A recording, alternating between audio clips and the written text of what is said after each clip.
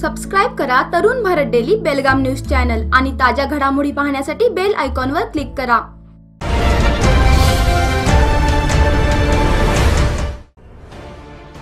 महापौर पदाचा कार्यकाल संपण्यासाठी अवघा 1 दिवसाचा कालावधी असताना शहरातील विविध कामांचा शुभारंभ करून घेण्यात आला। फुलबत्ते कॉलनी, उद्यमबाग मार्ग आणि टिळकवाडीतील कामांचा प्रारंभ महापौर संजोत बांदेकर यांच्या हस्ते झाला। यावेळी नगरसेवक उपस्थित होते। रेल्वे प्रशासनाने जाहीर केलेल्या एका निर्देशानुसार रेल्वेतील महिलांसाठी आरक्षित कोट्यातील जागा शिल्लक राहिल्यास त्या वेटिंगवरील महिलांना आणि त्यानंतर ज्येष्ठ नागरिकांना देण्यात येतील। तरीही जागा शिल्लक राहिल्यास ती जागा अन्य महिला प्रवाशांना देण्याचा अधिकार रेल्वे प्रशासनाला आहे, असे रेल्वे प्रशासनाच्या वतीने जाहीर करण्यात आले आहे। वाळू शिल्पकार सुदर्शन पटनायक यांनी पुरी ओडिशा येथील समुद्र किनाऱ्यावर दिवंगत अभिनेत्री श्रीदेवी यांचे वाळूशिल्प साकारून त्यांना आदरांजली अर्पण केली आहे। भारतीय चित्रपट सृष्टीतील सर्वात प्रतिभाशाली कलावंतांपैकी श्रीदेवीला आदरांजली असे ट्विटही त्यांनी केले आहे। तसेच कर्नाटकमधील कार्टूनिस्ट सतीश आचार्य यांनी दिवंगत अभिनेत्री श्रीदेवीला रेखाचित्र समर्पित केले आहे। श्रीदेवी यांनी 50 वर्षात 300हून अधिक चित्रपटात अभिनय केला आहे। रेशन कार्ड पुरवठा मंत्रालयाच्या माहितीनुसार रेशन कार्ड आधार कार्डशी लिंक केल्यामुळे एनडीए सरकारच्या 3 वर्षाच्या कालावधीत 3 करोड बनावट रेशन कार्ड रद्द करण्यात आली आहे।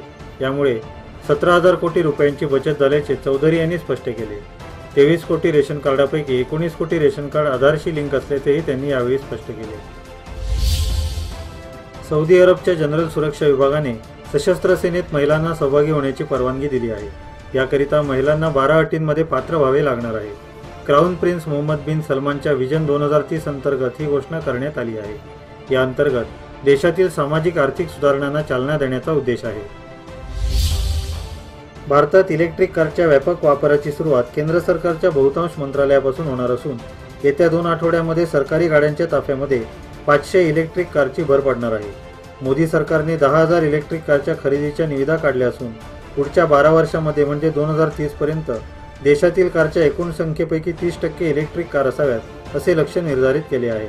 केंद्रीय ऊर्जा मंत्री आर.के. सिंह यांनी सोमवारी पत्रकारांशी अनौपचारिक चर्चा करताना ही माहिती दिली। होळीनिमित्त मथुरा आणि वृंदावनमध्ये होणाऱ्या रंगोत्सवासाठी या दोन्ही ठिकाणच्या यमुनाकाठी असलेला राडारोडा तातडीने काढावा असे आदेश राष्ट्रीय हरित लवादाने मथुरेच्या खासदार आणि मथुरा वृंदावन विकास प्राधिकरणच्या अध्यक्षा हेमा मालिनी यांना दिला आहे।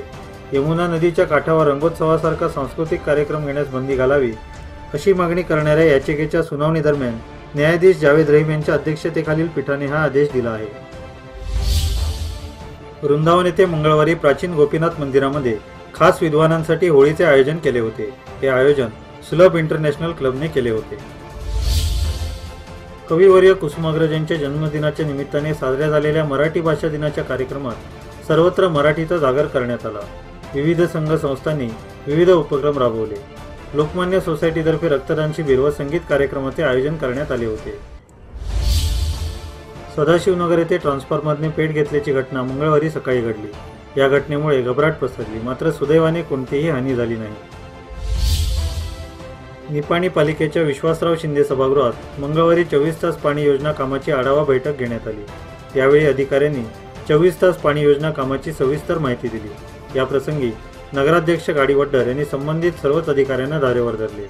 24 तास पाणी उपलब्ध व्हावे ही निपाणीतील प्रत्येक नागरिकाची इच्छा आहे। यासाठी कामाकडे गांभीर्याने लक्ष देत 15 मार्च पूर्वी पूर्णत्व यायला हवे, अन्यथा वरिष्ठांकडे तक्रार करून कारवाई करणार असे नगराध्यक्ष विलास गाडीवड्डर यांनी अधिकाऱ्यांना फटकारले। मराठी भाषा दिनानिमित्त विधिमंडळाच्या आवारात मराठी अभिमान गीताच्या समूह गायनावरून विरोधकांनी सरकारची कोंडी केली। समूह गायनादरम्यान माईक बंद पडल्याने सरकारची नाचक्की झाली, तर या गीतातील एक कडवे समूह गायनादरम्यान वगळण्यात आले असा आरोप विरोधी पक्षाच्या आमदारांनी केला। सरकारने मराठी भाषा आणि सुरेश भट यांचा अवमान केल्याचा आरोप करत आमदारांनी घोषणा दिल्या। शेवटी गदारोळामुळे विधानसभेचे कामकाज 15 मिनिटांसाठी तहकूब करण्यात आले। कोकण गोवा मार्गावर 2 वर्षापूर्वी सुरू केलेल्या वातानुकूलित डबल डेकर एक्सप्रेसला प्रवाशांकडून पुरेसा प्रतिसाद मिळत नसल्याने या गाडीचे 2 डबे कमी करण्यात आले आहेत। आता ही गाडी 8 ऐवजी 6 डब्यांची असेल। या एक्सप्रेसचे प्रवासी आणखी कमी झाले तर डबल डेकर बंद केली जाईल अशी माहिती रेल्वे अधिकाऱ्यांनी दिली। पुण्यातील सांस्कृतिक जीवनाचा मुकुटमणी असलेल्या बालगंधर्व रंगमंदिराची वास्तू लवकरच जमीनदोस्त होणार आहे। ही वास्तू पाडून त्यावर बहुमजली थिएटर उभारण्यात येणार आहे. त्यात विविध आकारांच्या सुसज्ज थिएटरसह मुबलक पार्किंग आणि जागतिक पातळीवरील मनोरंजनाच्या सुविधा निर्माण करण्यात येणार आहेत. बालगंधर्व रंगमंदिरात सर्व कलाकारांना सामावून घेणारे अँप्लिफायर थिएटर, बाल कलाकारांसाठी थिएटर, कार्यक्रमांची रंगीत तालीम असे वैविध्य निर्माण होणार असल्याने सांस्कृतिक क्षेत्रातून या निर्णयाचे स्वागत करण्यात येत आहे. येत्या लोकसभा निवडणुकीत शिवसेना गोव्यात दोन्ही जागा लढवणार असल्याचे गोवा शिवसेनेचे प्रभारी खासदार संजय राऊत यांनी पणजीत घेतलेल्या पत्रकार परिषदेत जाहीर केले. गोवा सुरक्षा मंचशी असलेली युती कायम राहणार असल्याचेही त्यांनी सांगितले. येत्या लोकसभा निवडणुकीत शिवसेना पूर्ण ताकदीनिशी रिंगणात उतरणार असल्याचे राऊत यांनी सांगितले. येत्या लोकसभा निवडणुकीत शिवसेनेतर्फे गोव्यात उत्तर गोवा व दक्षिण गोवा या दोन्ही मतदारसंघात शिवसेनेचे उमेदवार रिंगणात असणार असल्याचेही त्यांनी यावेळी बोलताना सांगितले. ओमकार प्रोडक्ट्स, कोकम, कोकम आगळ, कोकम स्वॅश, जांभूळ ज्यूस, मँगो पल्प, मँगो स्वॅश, जॅम, जेली, आवळा सिरप. स्थळ उद्यमनगर माझगाव, सावंतवाडी, जिल्हा सिंधुदुर्ग. दोडामार्ग तालुक्यात परमे, वझरे, कुडासे, वानोशी या गावात काजू बागायतीनं आग लागून नुकसान होण्याची घटना घडली आहे. ऐन हंगामात झालेले नुकसान पाहून शेतकरी व्यथित झाले आहेत. कुडासे, वानोशी येथे 200 ते 300 काजू कलमे व 45 माड जळून खाक झाले. तिन्ही ठिकाणच्या घटनेत शेतकऱ्यांचे मोठे नुकसान झाले आहे. रस्त्याशेजारी असलेल्या बागांना आग लागल्याचे नेमके कारण समजू शकले नाही. अर्थसंकल्पीय सभेतील सेनेचे धोरण विकास विरोधी व नगर परिषदेचे आर्थिक नुकसान करणारे होते. काही दाखल्यांचे शुल्क व अन्य 10 प्रकारचे कर कमी करण्यासाठी आमच्यातीलच काही नगरसेवकांना आमिषे दाखवून ठराव मंजूर केला. मात्र अशा पद्धतीने ठराव करता येत नाही. त्यामुळे सेनेचे हे आव्हान आपण स्वीकारले आहे, असे ठाम प्रतिपादन नगराध्यक्षा सुरेखा खेराडे यांनी मंगळवारी येथे आयोजित पत्रकार परिषदेत केले. कोल्हापुरातील हनुमंतवाडीकडे निघालेल्या ॲपे रिक्षातील प्रवाशाच्या पिशवीतील ॲसिडयुक्त तणनाशकाची बाटली फुटल्याने रिक्षातील 2 मुलांसह महिला गंभीर जखमी झाल्या.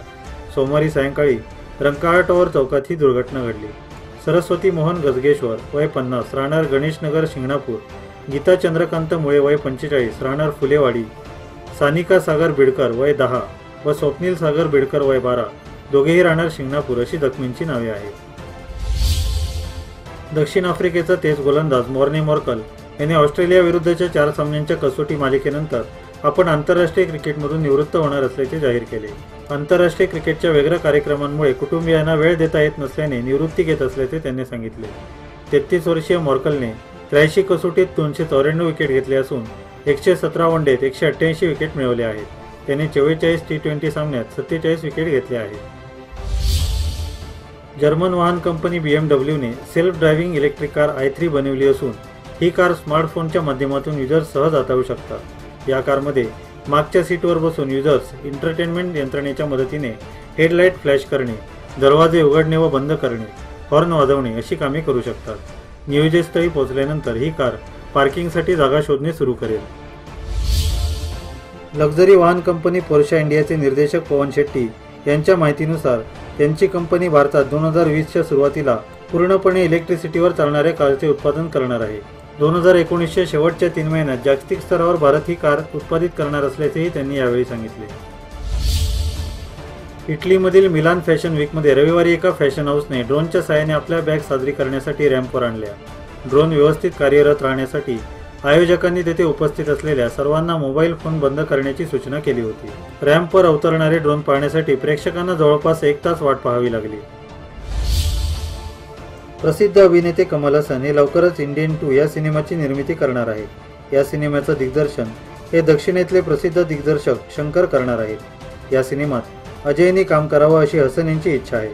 त्यासाठी दिग्दर्शक शंकर यांनी नुकतीच अजयची भेट घेतली आणि त्याला सिनेमाची कथा ऐकवली. शंकर दिग्दर्शित करतात ते सगळेच सिनेमे भव्य दिव्य असतात. अजयला या सिनेमाची कथा आवडली आहे, मात्र त्याने अद्याप सिनेमासाठी होकार दिलेला नाही. अजय सध्या पत्नी काजोलसह एला या त्याच्या घरच्या सिनेमाची निर्मिती करत आहे. बॉबी सध्या सलमान खान बरोबर रेस 3 मध्ये काम करतोय. बॉबीचं अभिनय कौशल्य पाहून दबंग खानही खुश झालाय. त्याचं काम पाहून बॉबीला त्यानं थेट भारत या आगामी मेगा प्रोजेक्टमध्ये काम करणार का अशी विचारणा केली. सल्लूच विचारतोय म्हटल्यावर बॉबीनंही नाही म्हणण्याचा काही प्रश्नच नव्हता. तुझ्यासाठी काहीही करायला तयार आहे असं सांगत बॉबीने सलमानची ही ऑफर स्वीकारली आहे.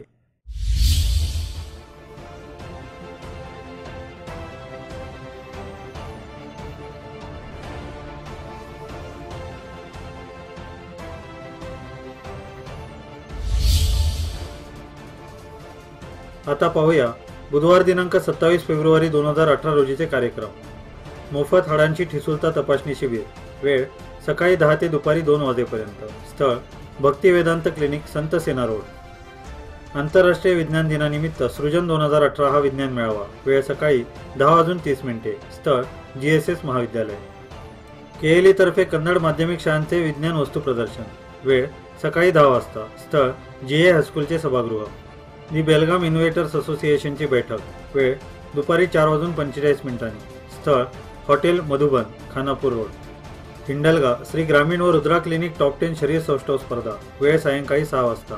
स्थळ सरकारी प्राथमिक शाळेचे मैदान, हिंडलगा. संदल आणि उरुसानिमित्त निजामुल्ला खान यांचा जानपद कार्यक्रम. वेळ रात्री 9 वाजता. स्थळ निजामिया चौक, वडगाव.